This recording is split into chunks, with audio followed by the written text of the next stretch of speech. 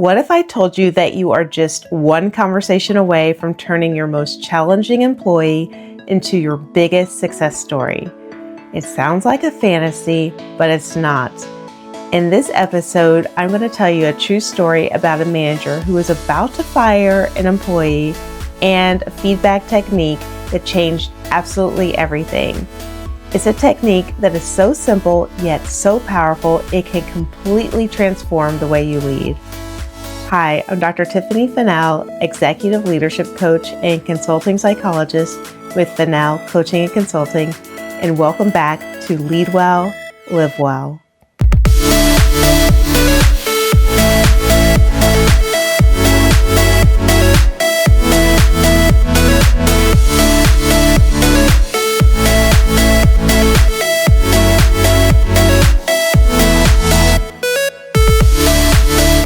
So in this episode, we're talking about how to get feedback that actually changes lives.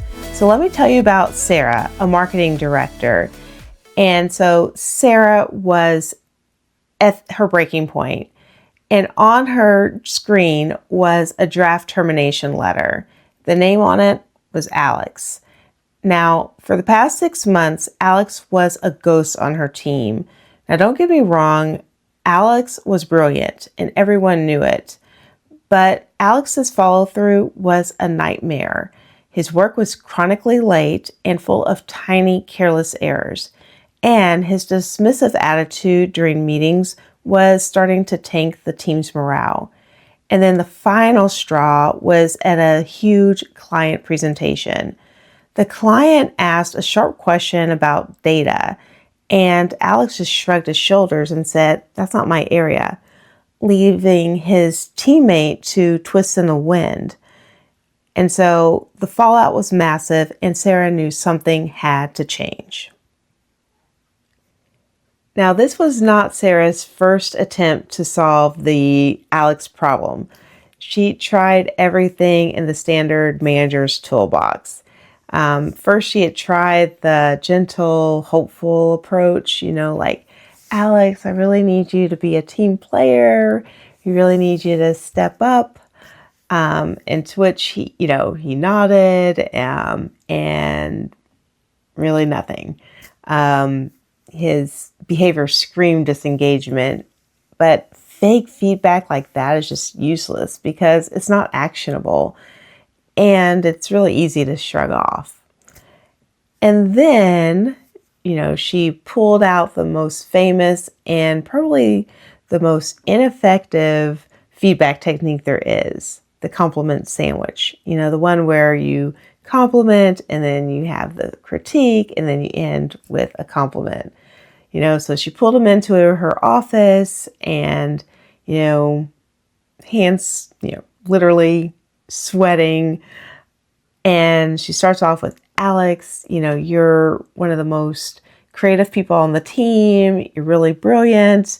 To which, he's like beaming with all of this praise, being given to him. And then she adds,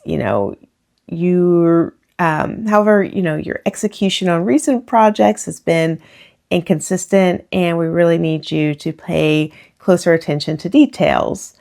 But and then, ending with that compliment, "I know that you really have potential to be a huge asset on this team." So the result is, of course, Alex heard the compliments and dismissed, the criticism, walking away just feeling, like he's performing great. So the real message was completely lost, which is a common problem with this type of feedback method.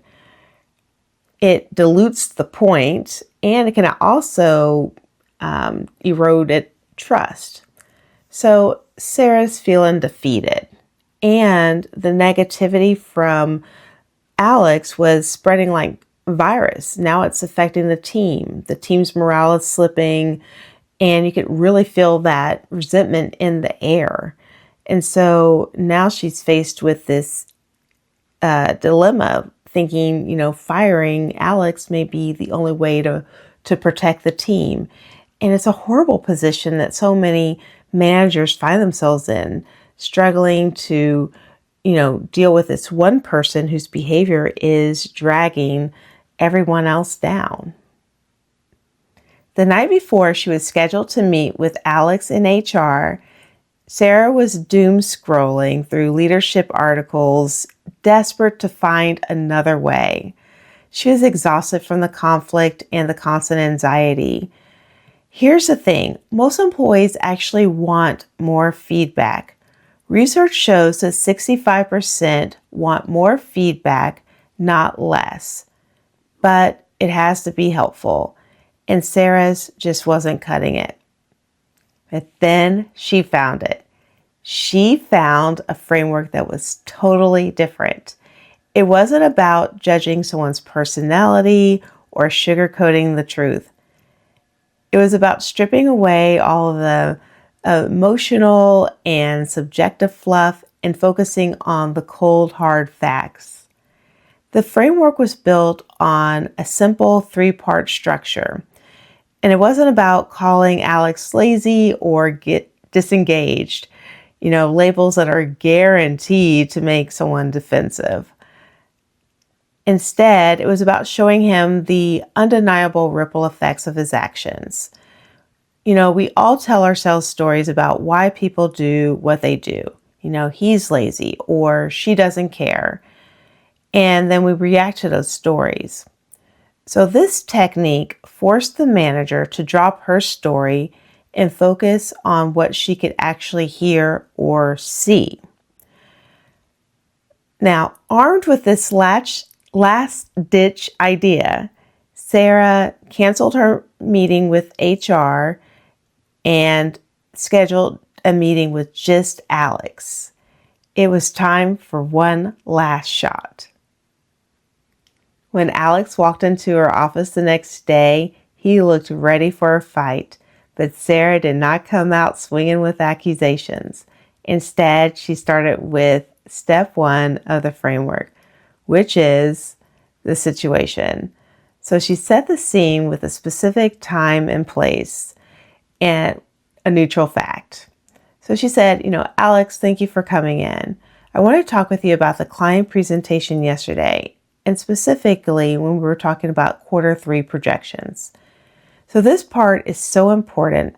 By starting with the specific time and place, you ground the feedback in a shared reality. It's concrete and almost impossible to dispute. There's no room for confusion. So Alex nodded and, his guard is still up. Then she moved on to step 2 of the framework, which is the behavior. So Sarah described his actions, almost like a camera recording the event. And she used I statements and focused only on what she observed, like what she saw, what she heard, and not what she assumed his attitude was.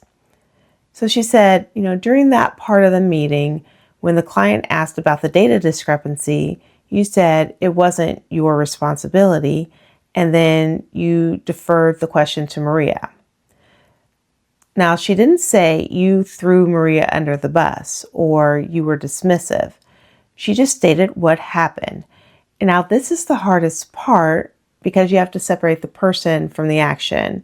But it's also the most powerful because it bypasses the brain's fight or flight response. So Alex was quiet. He couldn't argue because what she said was verifiably true.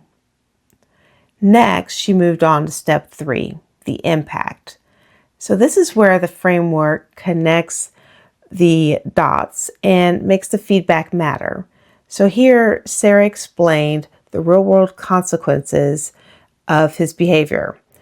The impact of what he did. That the client looked frustrated, and it made our team look unprepared and disorganized. And it also damaged the trust that we've built over the last 6 months. And I also had to spend 2 hours this morning reassuring them. And so she drew a straight line from his behavior to the negative outcomes.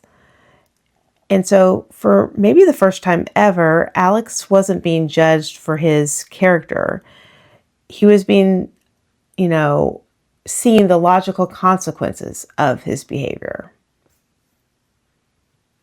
The room was silent for a beat. Alex wasn't defensive. He wasn't making excuses. He looked down at the table and then back up at Sarah. The defensiveness just melted away. He was finally seeing his behavior as not just his style, but as something that had a real impact on other people. He didn't realize that it was having this impact. Now, this is the moment that feedback goes from lecture to conversation. So Sarah leaned in and asked the one question that opens the door to real change. I'd like to hear your side of it. What was going on for you in that moment? Now, this step is vital because it builds trust and shows that you're there for them, to help them solve a problem, not just to point fingers. So Alex admitted that he felt ambushed in the moment and he didn't have the answer. And he hadn't considered how his response would affect the team. And just like that, the conversation shifted from blame to collaboration. They talked about how he could be better prepared in the future and what he needed from her to feel more confident in those high stakes moments. So they made a clear, actionable plan for his growth. That conversation was the turning point. In the weeks that followed, the change in Alex was stunning. He started preparing for meetings like his life depended on it. He began checking in with his teammates to see what they needed. And his work, once sloppy, became airtight. Also, a few months later, he was in another meeting with a client and thrown a curveball question, but this time he didn't even flinch. He was calm and he said, I don't have the number readily available, but I'll get it to you and I'll get back to you within the hour. So, he was able to take ownership, he was confident, and he rebuilt client trust. And then a year later, Alex got a promotion and he became the company's most, trusted and innovative project leads. He was known for being unflappable under pressure and for mentoring junior employees. And he even told Sarah that he uses the situation behavior impact model with his own employees because it was the first time that he found feedback to be a tool for growth and not a personal attack. The guy who was this one meeting away from being fired is now a top performer who's lifting everyone else up. The Situation Behavior Impact Model, or SBI, isn't magic, it's smart psychology. So first, it removes the judgment. By focusing on observable facts, it sidesteps the defensiveness that people feel when their character or identity is being challenged. You're not attacking who they are, you're dissecting what they did. Second, it creates undeniable clarity. Vague feedback like, be a better team player is useless. The SBI model provides a crystal clear link between action and consequence, making the need for change obvious. And then finally, it creates partnership. So the goal isn't to win an argument, it's to solve a problem together. By making a two-way conversation, you empower the employee to own the solution, which is the key to making them want to change. Look, great leadership isn't about dodging the tough conversations. It's about having them the right way.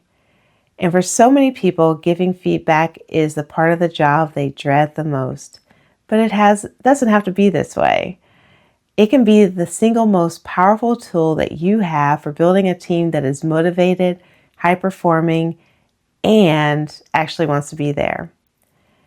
If you've ever felt like Sarah, I invite you to try out this approach. And to make it easy for you, I've created a toolkit that you can download from the link in the description box below. And if the story was helpful, please give it a like, this video a like, subscribe, and hit the notification bell so you don't miss out on future episodes of this Lead Well, Live Well program. And just remember that real lasting change doesn't come from yearly reviews or vague feedback. It comes from a single, structured, empathetic conversation. And it's about having the guts to be clear and the heart to be kind. When you focus on the situation, the behavior, and the impact, you stop being the manager who focuses on flaws, and you become the leader who actually changes lives.